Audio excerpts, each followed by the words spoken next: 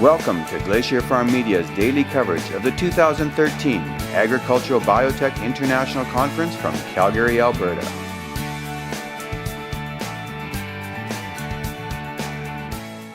My name is Clive James. I'm chairman of a not-for-profit organization called ISA, the International Service for the Acquisition of Agri-Biotech Applications. And our mission is to share knowledge about the new technologies, so-called biotechnology, to feed the world of tomorrow.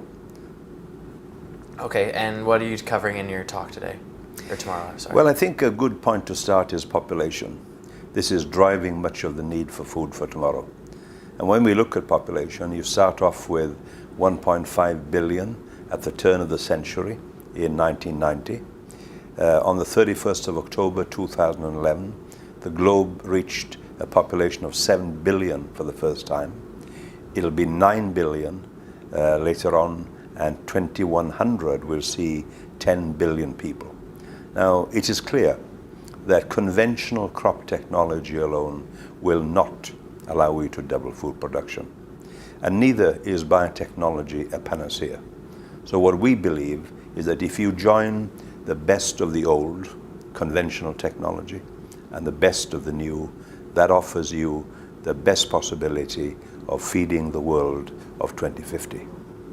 And so you're talking about improving access to these technologies to developing countries as part of what you do?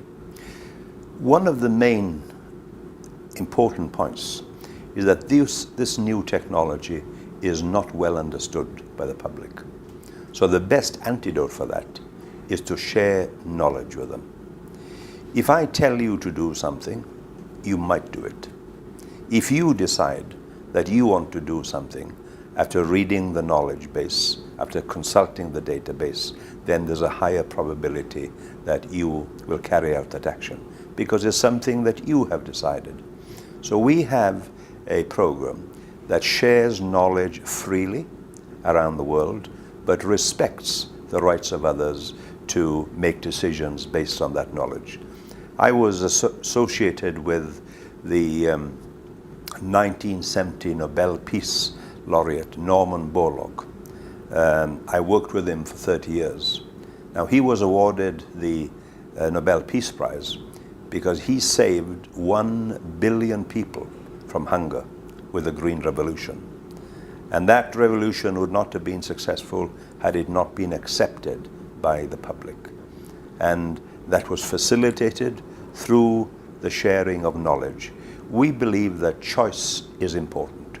Those people that want to depend on conventional crop technology alone should have that choice. Those people that want to depend on organic agriculture and can afford the higher prices, the poor cannot, should have that choice. And similarly, those people that want to avail themselves of the new technology should have that choice. So choice is important. In this way, we can increase food production to meet the needs of the world. And if we can increase food production, we can also do something else that is very important. And that is we can contribute to a more peaceful world. Norman Borlaug always used to tell me, you cannot build peace on empty stomachs. He was right. And if you look to the Arab Spring of 4 years ago, the first event was that a young man in Tunis, in protest, put himself on fire. He was unemployed, he was poor, he was hungry. Yeah. So when we look at food, it is the absolutely essential element that every man, woman, and child, irrespective of creed, color, race, must have. So we're talking about humanity. We believe that the new technologies can make a very important contribution to the feeding of the world tomorrow, an important goal. So what do you think is the biggest struggle going into the future for spreading that knowledge and increasing access to it? The biggest problem at the moment is understanding of the technology by the public. It's a complex technology, but it can be explained in simple terms to the man and woman walking on the street. That's the mission that we have, where we share knowledge, a very noble goal, and that, I think, will lead to a program that will allow us to feed the world of tomorrow. I think it's a big trust element as well, that these people have maybe lost an element of trust in the corporations or the businesses that are feeding the planet, but we need to reinforce that they can trust the products and the technologies, and that we are doing these things for the right reasons. Trust and confidence is key. But if you look at the growth of this technology, what happened was, like many other new technologies, is owned by a very small group who are prepared to make that investment. That happen to be some of the big transnationals. But the scene is changing very quickly. The new big investors in this technology are the emerging countries from the developing world.